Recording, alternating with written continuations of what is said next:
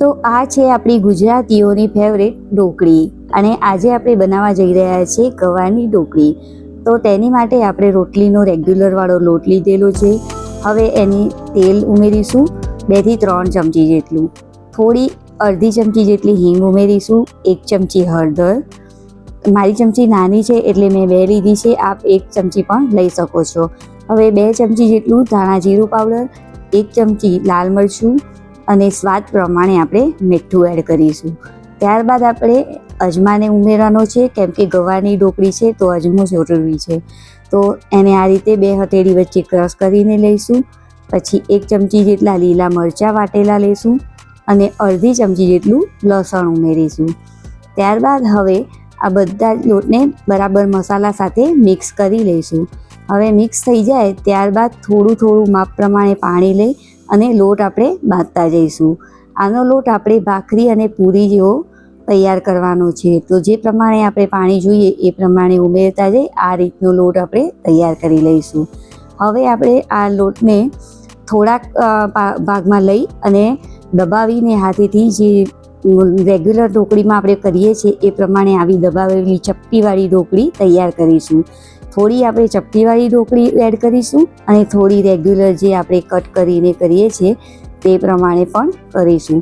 તો તમને જે ફાવે તે બંનેમાંથી એક પણ કરી શકાય અને બંને પણ નાખી શકાય છે।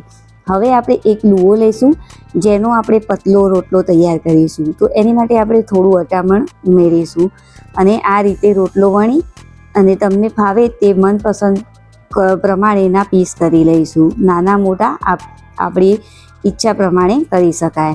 હવે એ બંને તૈયાર થઈ ગયા છે, ત્યારબાદ હવે આપણે ગવારને સૌથી પહેલાં વઘારવું પડશે। તો તેની માટે કુકરમાં જ ડાયરેક્ટ લઈ લઈશું અને કુકર ગરમ થાય એની અંદર 3 થી 4 ચમચી જેટલું તેલ ઉમેરી અને ગરમ થવા દઈશું। ત્યારબાદ 1 ચમચી હળદર, 1 ચમચી જેટલો અજમો અને 1 ચમચી ભરી અને લસણ લઈશું। ત્યારબાદ થોડી હિંગ લઈ અને વઘાર આવી જાય એટલે તરત જ આપણે ધોઈને તૈયાર કરેલો કટ કરેલો ગવાર ઉમેરી દઈશું। તો હવે આ બધો જ ગવાર આપણે ઉમેરી દઈશું। ગવારને આપણે શાક જે રીતે તૈયાર કરીએ છીએ તે જ પ્રમાણે કરવાનું છે, તો એની અંદર પણ બધા જ મસાલા એડ કરીશું। તો 1 ચમચી હળદર, 1 ચમચી ધાણા જીરું પાવડર, સ્વાદ પ્રમાણે થોડું મીઠું અને અડધી ચમચી જેટલું મરચું બરાબર મિક્સ કરી લઈશું। અગર તમને મસાલાની કંઈ પ્રોબ્લેમ હોય તો ડિસ્ક્રિપ્શનમાં આપણે મસાલાની અને બધી રેસીપી આપેલી જ છે, તો જોઈ શકો છો। હવે બધે મસાલા મિક્સ થઈ જાય એટલે થોડીવાર ઢાંકણ ઢાંકી અને ખોલી લઈશું। ત્યારબાદ જોઈશું તો હજી ગવારને ચડવાની વાર છે, તો થોડુંક પાણી ઉમેરી દઈશું, જેથી કરીને મસાલા છે તે નીચે બેસી ના જાય અને ગવાર પણ પ્રોપર સરસ ચડી જાય। તો હવે થોડું પાણી ઉમેર્યા બાદ થોડીવાર માટે ઢાંકી દઈશું।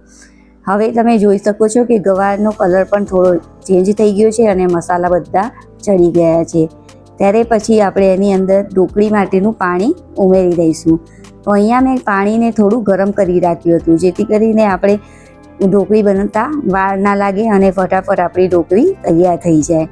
તો પાણી બરાબર ઉકળી ગયું છે, નહીં ના ઉકળ્યું હોય તો આપણે થોડો વેટ કરવો પડે, પણ અહીંયા પાણી આપણું ઉકળી ગયું છે। તો સૌથી પહેલાં આપણે જે ચપટીવાળી ઢોકળી હતી એને ઉમેરી દઈશું અને એને થોડી ઉકળવા દઈશું, કેમ કે ચપટીવાળી થોડી જાડી હોય એટલે એને ચડતા થોડો ટાઈમ લાગે, એ સૌથી પહેલાં આપણે એને ઉમેરી દઈશું। હવે આ જે આપણે વણી અને તૈયાર કરી હતી એને પણ ઉમેરી દઈશું। તો ઉકળતા જરા પણ વાર નહીં લાગે અને ચડતા પણ જરા બી વાર નહીં લાગે।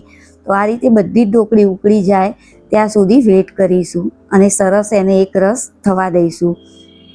હવે આ ટાઈમે તમારે જો વઘાર ફરીથી કરવો હોય તો તમે કરી શકો છો, પણ નહીં તો આ ઢોકળી આપણી જમવા માટે તૈયાર છે। હવે સર્વ કરીશું। તો આ રીતે ઢોકળી જુઓ તમે, એ ગવાની ઢોકળીને આટલું થોડું પાણી જેટલી રસાવાળી રાખવી હોય તેટલી રાખી શકાય છે। આ રેગ્યુલરવાળી દાળવાળી ઢોકળી નથી, એટલે આપણે રસો જે પ્રમાણે કરવો હોય એ પ્રમાણે પાણી એડ કરવું પડે। તો તૈયાર છે આપણી ઢોકળી અને સાથે થેપલા અને ભાત।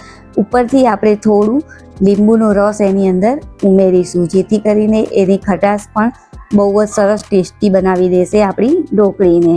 ઉમેરવું હોય તો ઉમેરી શકાય, નહીંતર બધી જ ઢોકળીની સાથે પણ તમે ઉમેરી શકો છો। તો આ રીતે આપણી ઢોકળી તૈયાર છે। ફ્રેન્ડ્સ, તમે બધા બનાવી અને ચોક્કસથી કમેન્ટ કરજો. આ રીતે આપણે નવી નવી વાનગીઓ લાવતા રહીશું. ત્યાં સુધી ફરી મળીશું. જય શ્રી કૃષ્ણ.